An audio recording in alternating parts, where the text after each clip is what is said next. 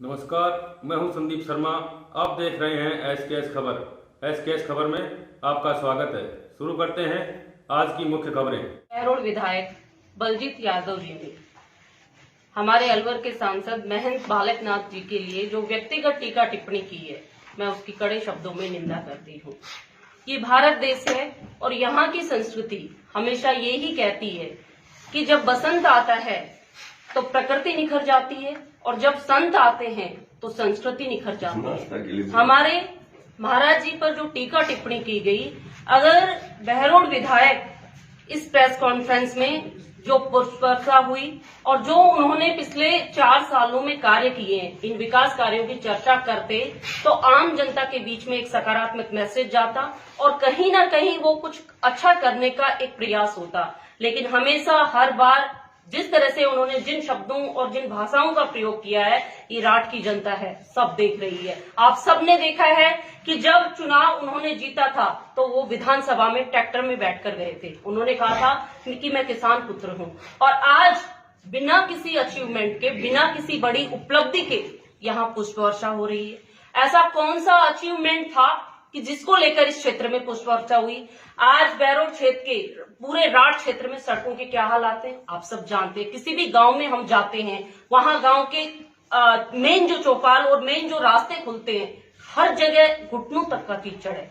आप कहीं भी बाहर निकलिए, अगर विकास की बात करें, शिक्षा के क्षेत्र की हम बात करें कि जिन स्कूलों को मर्ज किया गया है, क्या कभी उन्होंने आंकड़े इकट्ठे किए कि एक स्कूल में जहां 10 बच्चे हैं वहां 12 टीचर पढ़ा रहे हैं और एक स्कूल में जहां 200 बच्चे हैं वहां 2 टीचर हैं। अगर वो शिक्षा में कुछ करना चाहते थे तो इस तरह का एक आंकड़ा इकट्ठा करके सरकार के पास रखते, इस क्षेत्र को लाभ मिलता। आज जिस तरह के स्कूल और कॉलेजों को मर्ज किया गया, जो नई कॉलेजें खुली गई, उन्होंने खुलवाई है, क्या हालात है उनके? हर जगह कॉलेजें रेवड़ी के जैसे बांट दी गई, ना कहीं बिल्डिंग है, ना कहीं व्यवस्था है, ना कहीं बेटियों के पढ़ाने के लिए, बैठने के लिए कहीं टीचर है, ना टॉयलेट की फैसिलिटी है। ये शिक्षा के क्षेत्र में उनका काम है।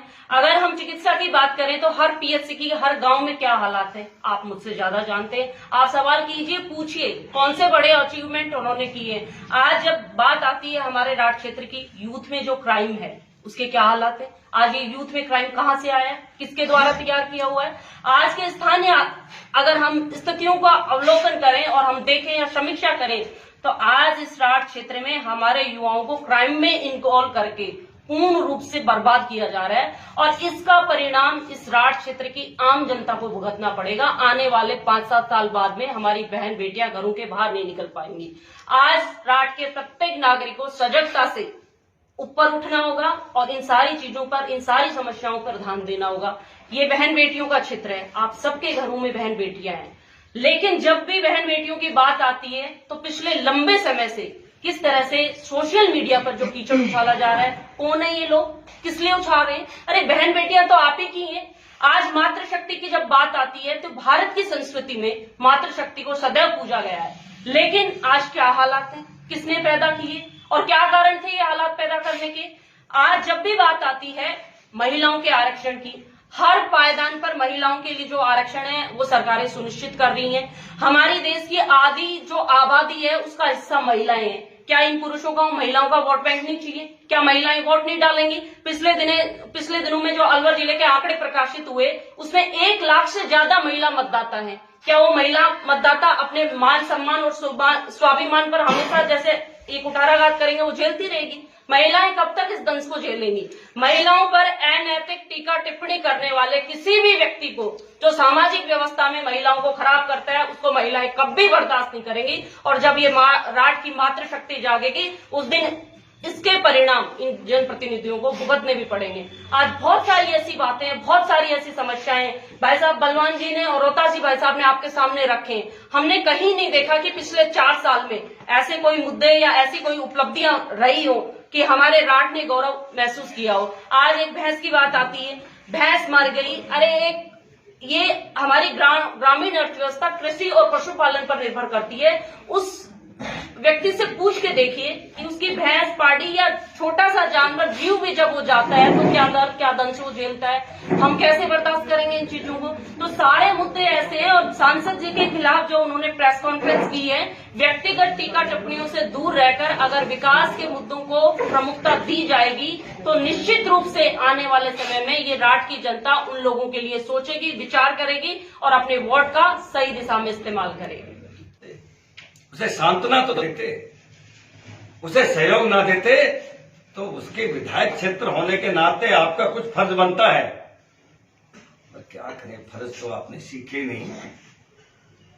दुर्भाग्य इस बहरोड क्षेत्र का कि आप पे हम सब क्षेत्रवासी कोसते हैं आपको कि आपको ये विधायक यहां बने। वो आपने कहा कि मैं सबको रोजगार दिलाऊंगा, इन इंडस्ट्रीज में आप सबको रोजगार दिलाऊंगा। एक बच्चे को रोजगार नहीं दिला सके, अपने गांव में 4-4 ठेके खुलवा दिए।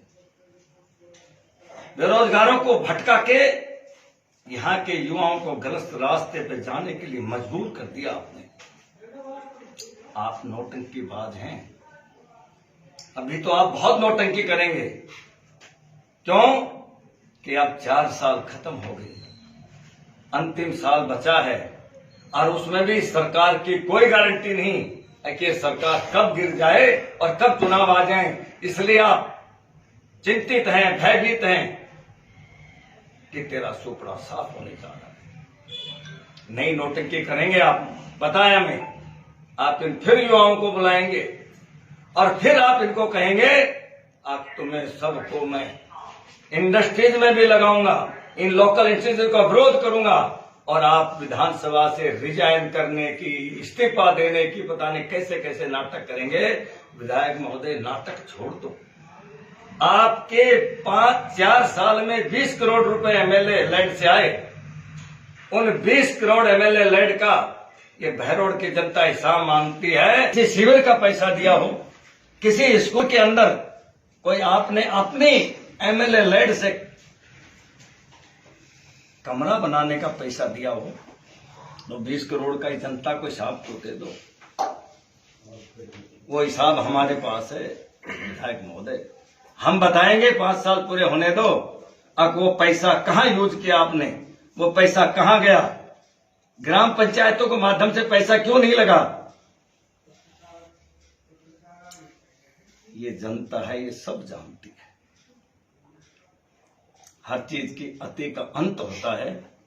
आपने अति कर दी।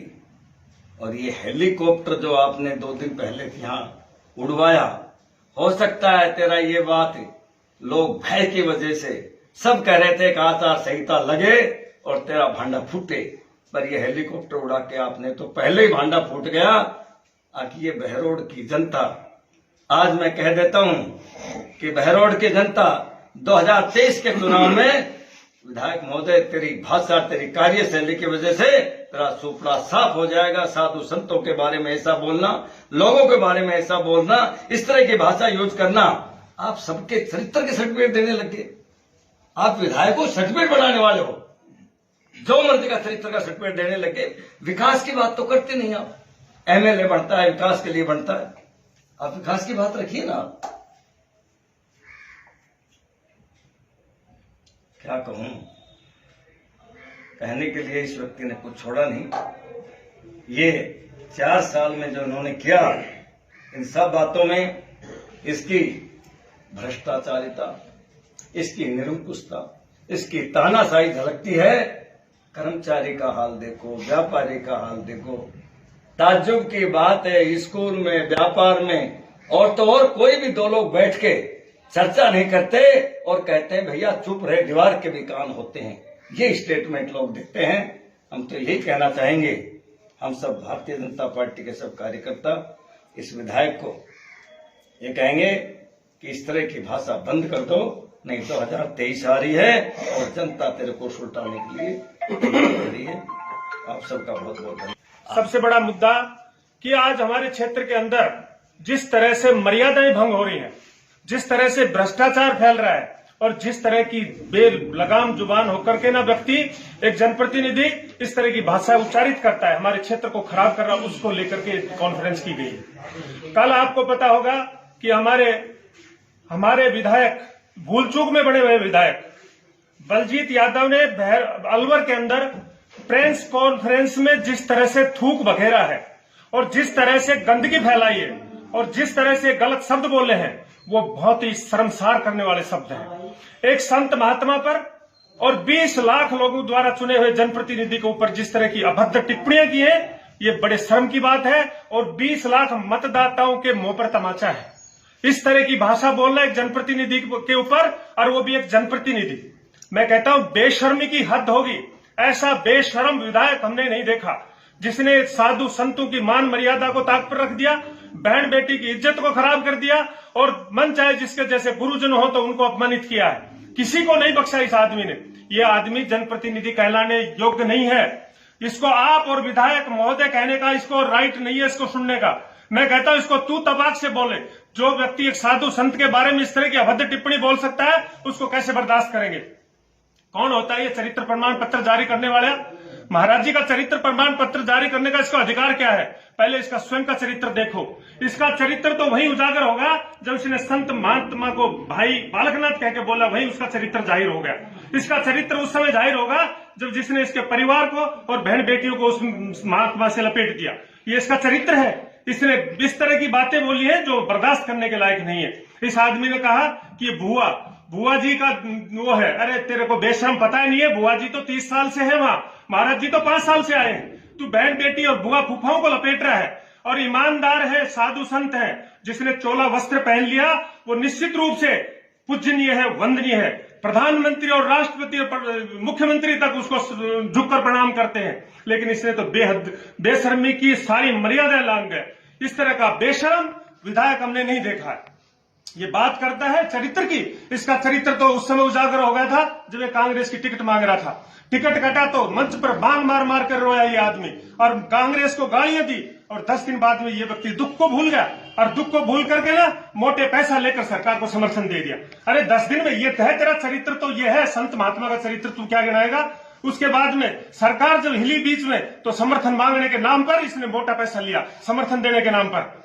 तीसरी बार राज्यसभा सांसद का जब चुनाव हुआ तो सारे एमएलए एमपी सब अपने पार्टियों के अंदर चले गए। ये आदमी क्षेत्र के अंदर घूम रहा और क्या कह रहा कि नौजवानों को जो पार्टी आरक्षण देगी मैं उसके पक्ष में जाऊंगा। हम मूर्ख नहीं है, जनता बावली नहीं है। तू अपने भाव बढ़ा रहा था यहाँ। अरे बेशरम, तुझे पता होना चाहिए जो व्यक्ति चुनाव जीत कर जाता है, लास्ट में जो कैंडिडेट होता है, जो प्रधान का हो, जिला प्रमुख का हो, चाहे एमपी का चुनाव हो, चाहे राज्यसभा का हो, लास्ट में जाने वाला सबसे महंगा बिकता है। राज्यसभा के चुनाव में सबसे मोटा पैसा तूने ऐठा और खुद अपने मुंह से कह रहा है कि आम विधायक को 60 करोड़ रुपए दिए हैं, तो तेरा तो रेट और भी महंगा हुआ होगा। तू सबसे लास्ट में गया था। और वो कहता है हमारे महंत बालकनाथ जी जो बुद्धिमान है, पढ़े लिखे हैं, और उसको कहता है मंदबुद्धि। जो एक हिंदुस्तान की मानी हुई यूनिवर्सिटी को चलाते हैं वो मंदबुद्धि है। तेरे जैसे पता नहीं वहां नौकरी करते हैं, लेकिन बहरोड की जनता से चूक हुई है। तेरे जैसे निर्लज्ज और नालायक और बेशर्म व्यक्ति को जनता ने चुना है। ये इस बहरोड क्षेत्र का दुर्भाग्य है। और ये विकास कम हो जाएगा, काम कम हो जाएंगे, कोई फर्क नहीं पड़ेगा, लेकिन हमारे क्षेत्र की मान मर्यादा और संस्कृति, सभ्यता, संस्कारों को चकनाचूर कर रहा है ये आदमी। ये क्षेत्र के लिए मतलब शुभ नहीं है, शुभ संकेत नहीं है। इस व्यक्ति को मैं कहता हूं बाहर का रास्ता दिखाना चाहिए।